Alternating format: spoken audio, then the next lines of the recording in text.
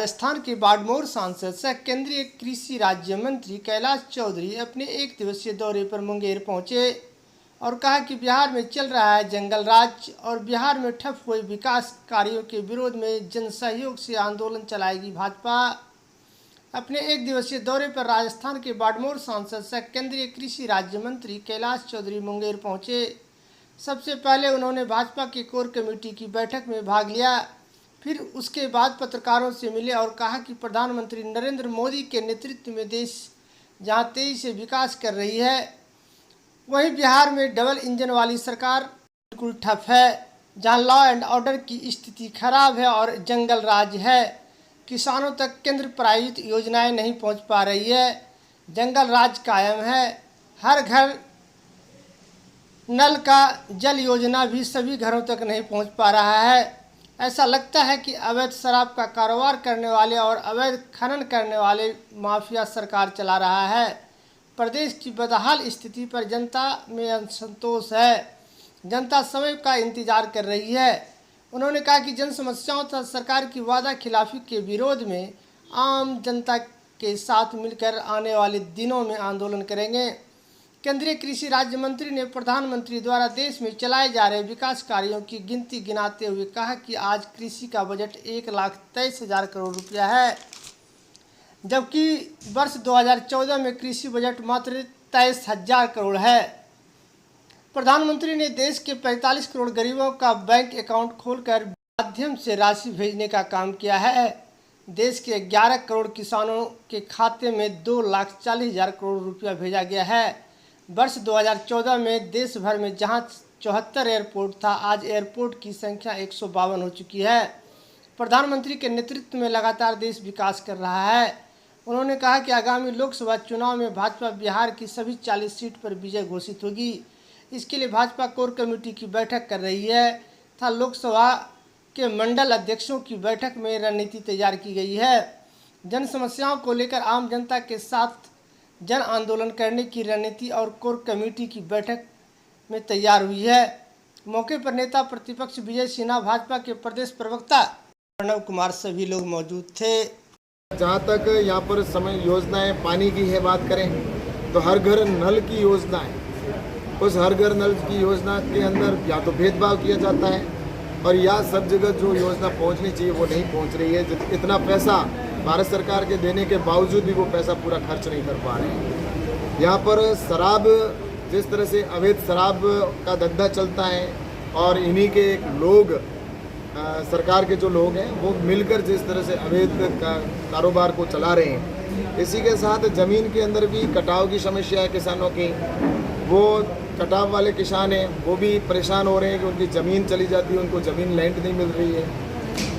ऐसे ही अगर लव जिहाद की घटनाएं भी प्रतिदिन देखने को सुनने को मिलती रही है और इसमें सरकार को निश्चित रूप से मैं कह सकता हूं कि किस तरह की नीति रही होगी। गाँवों के अंदर इंफ्रास्ट्रक्चर खड़ा हो, इस तरह से सरकार के द्वारा प्रयास किए जा रहे हैं। और निश्चित रूप से मैं कह सकता हूँ कि किसानों की जो हमारा एक सर्वे हुआ अभी और ICR ने लगभग जब आज़ादी के 75 साल हुए तो उस समय एक डॉक्यूमेंटेशन तैयार किया जिसमें 75,000 किसानों के ऐसे सेलेक्ट किए और उन किसानों की एक डॉक्यूमेंटेशन तैयार किया जिन्होंने स्वयं ने अपने हस्ताक्षर युक्त उन्होंने पत्र में कहा है कि हमारी इनकम दुगना और दुगने से भी ज़्यादा 3 गुना और 4 गुना भी हुई है। तो ऐसा भी है डॉक्यूमेंटेशन सरकार के द्वारा तैयार किया गया ICR के द्वारा। तो मैं कह सकता हूँ कि नरेंद्र मोदी जी की सरकार ने हर वो काम किया जो किसान के कल्याण का हो, लेकिन ऐसा ही काम अगर यूपी की सरकार की पहले करते, किसान के हित के निर्णय लेते और बजट किसानों का बढ़ाकर रखते तो गांव के अंदर किसान को बेचारा गरीब कोई नहीं कहते।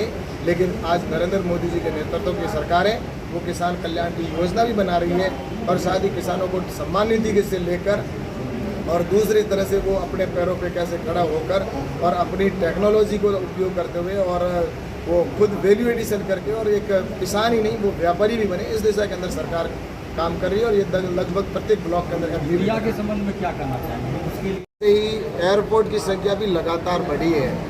आज आज़ादी के बाद में जो एयरपोर्ट थे वो लगभग 75 एयरपोर्ट थे, आज 150 प्लस होने जा रहे हैं इन 9 वर्षों के अंदर। ऐसे ही आज लगभग 45 करोड़ भाइयों के अकाउंट खोले गए, जिससे डायरेक्ट बेनिफिट के तौर पर उनको निश्चित रूप से लाभ मिल रहा है।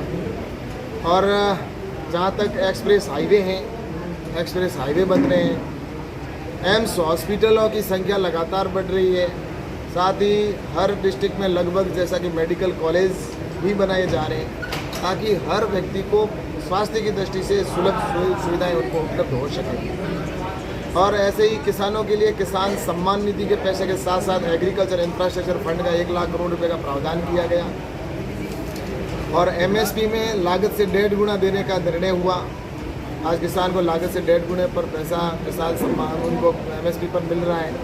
वैसे ही फसल बीमा योजना के तहत देश भर में लगभग सभी राज्यों के अंदर इस तरह का लाभ किसानों को मिल रहा है और 10,000 एफपीओ बनाए जा रहे हैं, ताकि किसान अपनी फसल को वैल्यू एडिशन करके और मार्केट में वो अपनी प्रोसेसिंग यूनिट के माध्यम से अच्छी पैकेजिंग करके और अच्छे दामों के ऊपर एक्सपोर्ट भी कर सके और डोमेस्टिक मार्केट में भी वो अच्छे भाव में बेच सके। इस तरह से सरकार के किसानों के कल्याण की योजना भी बन रही है। और जहाँ तक हम कभी एक्सपोर्ट इंपोर्ट किया करते थे अपने जो रक्षा के क्षेत्र में, आज हमारा देश एक्सपोर्ट करने लगा है रक्षा के क्षेत्र में। आज देश के अंदर खिलौने कभी हम इंपोर्ट करते थे, आज खिलौने की इंडस्ट्रीज हमारी यहाँ पर लगी है और हम एक्सपोर्ट करने वाला देश बना है। इन्हीं 9 वर्षों के अंदर हम कभी जो हमारे हाथ में मोबाइल है, उस मोबाइल को हम इंपोर्ट किया करते थे, दूसरे देशों के ऊपर निर्भर रहा करते थे, लेकिन आज हमारा देश है वो मोबाइलों को एक्सपोर्ट करता है। यूरिया और डीएपी की मांग को लेकर जब जिस सीजन के अंदर जिस ऋतु के अंदर आवश्यकता होती है, उससे 6 महीने 7 महीने पहले बैठक होती है राज्यों के साथ में और राज्य अपनी रिकमेंडेशन देते हैं कि हमारे को इतना यूरिया डीएपी की आवश्यकता है और भारत सरकार समयबद्ध अपने समय के अंदर अंदर यूरिया डीएपी राज्यों को पहुंचा देती है। और रही बात बिहार की, तो पिछले साल का मैं आंकड़ा भी बता सकता हूं। मैं पिछले साल यहीं पर था जब ये यूरिया की किल्लत थी और मीडिया को रूबरू होते हुए मैंने कहा भी था कि जितनी इन्होंने डिमांड की उससे 1.5 गुना हमने ज़्यादा यहाँ पर उनके पास में पड़ी थी और स्टॉक में पड़ी थी यूरिया डीएपी, लेकिन उसके बावजूद भी कालाबाजारी कर रहे थे लोग। इनके जो सरकार के अंदर बैठे उनके लोगों के जो लोग थे वो कालाबाजारी के माध्यम से इस देश के अंदर ही नहीं, पड़ोसी देशों के अंदर भी वो जाकर जिस तरह से गोरख धंधा कर रहे थे और कालाबाजारी करके और दूसरे देशों के अंदर बेच रहे थे, उसी का परिणाम रहा कि मेरे यहाँ के बिहार के किसानों को समय पर यूरिया डीएपी नहीं देने का अगर कोई गुनहगार है तो बिहार की सरकार और नीतीश कुमार जी की सरकार है। और मैं आज भी कहना चाहता हूँ, आगे भी यूरिया डीएपी की जो इन्होंने डिमांड की है उसके अकॉर्डिंग आज भी उनके पास पर्याप्त है। आगे भी जब भी वो कहेंगे तो भारत सरकार की ओर से पर्याप्त व्यवस्था सिर्फ बिहार ही नहीं पूरे देश के अंदर हमारे पास में यूरिया डीएपी की कोई कमी नहीं है। अभी हमने खरीद की जो कॉन्फ्रेंस की थी उसके अंदर भी हमने बिल्कुल इसके ऊपर बैठक के अंदर ये विषय आया और निश्चित रूप से उसमें हमारे पास आज भी पर्याप्त है और स्टॉक भी पर्याप्त राज्यों को दे रखा है।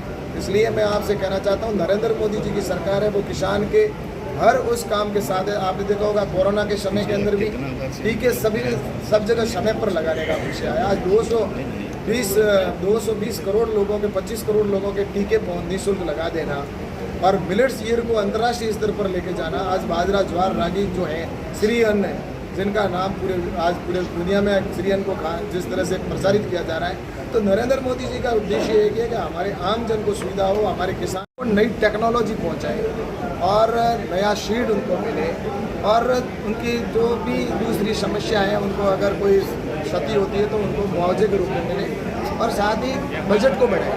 मैं बताकर आपको मुझे खुशी है कि जब 2013 में यूपीए की सरकार थी उस समय भाई साहब कृषि का बजट जो था टोटल, वह कृषि का बजट 1 लाख, वो बजट था 23,000 करोड़ रुपए, मात्र 23,000 करोड़ रुपए कृषि का बजट था। लेकिन आज कृषि का बजट 1,25,000 करोड़ है, यानी कि 5 गुना वृद्धि की गई है। एमएसपी की बात करूं मैं तो स्वामीनाथन आयोग की सिफारिश में कहा गया था कि एमएसपी पर लागत से 1.5 गुना किसान को मिलना चाहिए।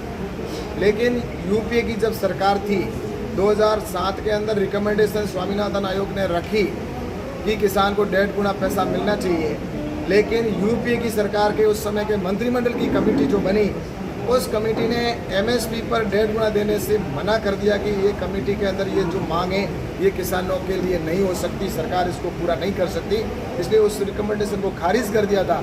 लेकिन मुझे बताते हुए खुशी है कि प्रधानमंत्री आदरणीय नरेंद्र मोदी जी ने लागत से 1.5 गुना एमएसपी पर देने का निर्णय लिया और आज लागत से 1.5 गुने पर सरकारें खरीद रही हैं। तो इसलिए मैं कह रहा हूँ कि आज ड्रोन टेक्नोलॉजी को लाया गया है। आज लगभग देश भर के अंदर पहली बार कभी दूसरे देशों के अंदर जाते थे तो ड्रोन का उपयोग होता था, आज देश के अंदर ड्रोन के उपयोग होने लगा है यहाँ पर। और साथ ही प्रेसिशन एग्रीकल्चर के ऊपर काम किया जा रहा है। पॉली हाउस और ग्रीन हाउस के लिए भी सरकार की सब्सिडी की योजनाएं बनी है और 10,000 जो एफपीओ बन रहे हैं उन एफपीओ से वैल्यू एडिशन करके और प्रोसेसिंग और शॉर्टिंग खरीदिंग करके खुद किसान अपनी अधिक रेट के अंदर मार्केट में बेचने के लिए 10,000 एफपीओ बनाए जा रहे हैं। 1 लाख करोड़ रुपए एग्रीकल्चर इंफ्रास्ट्रक्चर फंड है जिसमें 3 साल की उनको 3% की ब्याज की छूट है।